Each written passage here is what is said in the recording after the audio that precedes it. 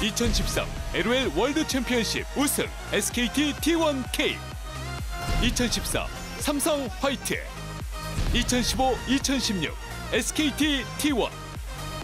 한일 대회 총 상금 80억 원, 누적 시청자 수 3억 9,600만 명. 하나의 문화이자 거대 스포츠로 성장한 LOL e스포츠.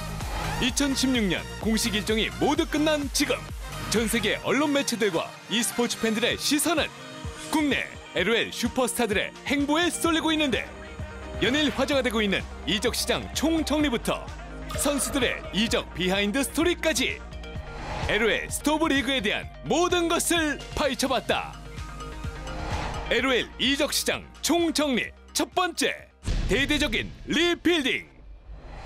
LCK 10개 팀 중 지난 시즌과 동일한 라인업을 유지한 곳은 MVP와 삼성, 그리고 홍돈몬스터 단 3팀뿐. 그야말로 혼돈을 넘어 대격변이라 불리고 있는 이적 시장.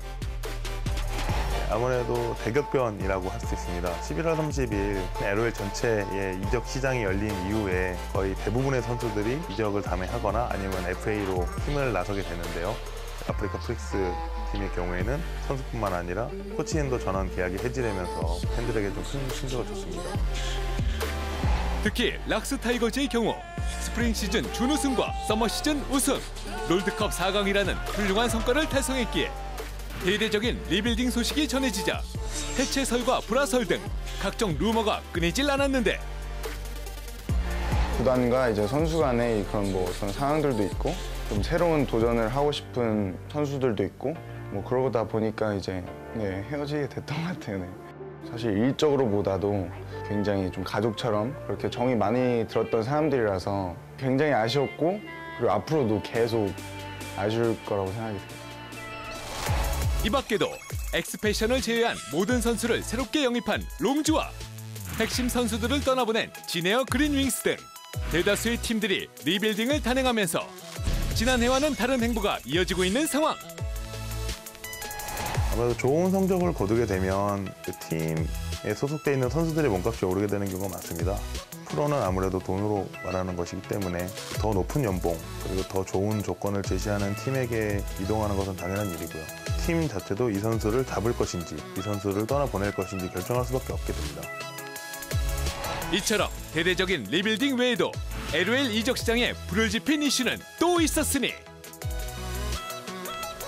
LOL 이적 시장 총정리 두 번째, 국내로 리턴하는 슈퍼스타들. 중국에 진출해서 엄청난 활약을 보였었던 스타급 플레이어들의 LCK로의 복귀 희망, 이런 게 좀 큰 화제가 되지 않았나. 데프트 마타, 그리고 마린까지, 더군다나 이제 페이커의 라이벌로 불렸었던 혼이 또 KT로 복귀하면서 정말 큰 화제를 불러일으켰었죠.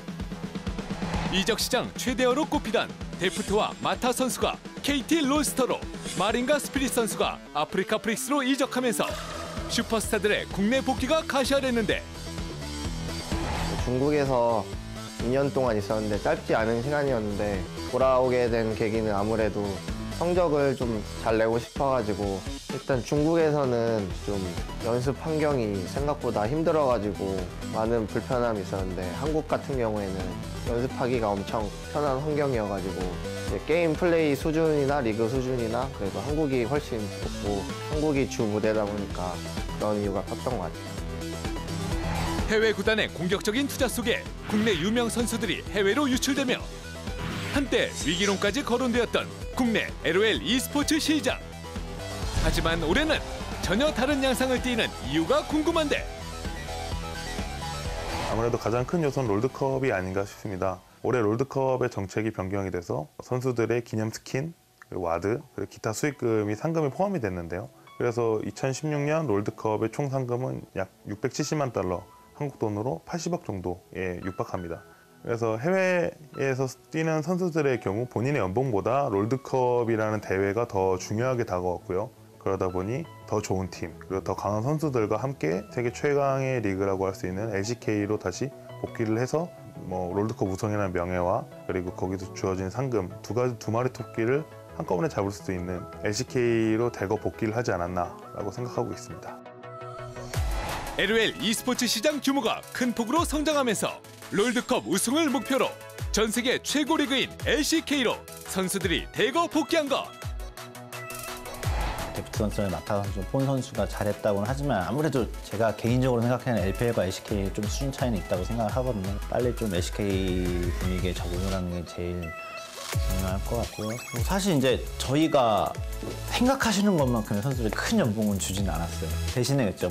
솔직히 페이커 빼고 페이커 빼고 한국에서 줄 수 있는 만큼의 최고 대우는 내가 해주겠다. 근데 분명히 중국만큼의 만족도는 있지는 않을 것이다라고 했는데 분위기랑 흐름이 되게 좋은 게 선수들이 그런 뭐 연봉 욕심 이런 것보다는 정말 우리는 LCK 우승, 월드 챔피언십 우승에 대한 생각만 있기 때문에 오히려 그 부분을 높게 사고 있습니다.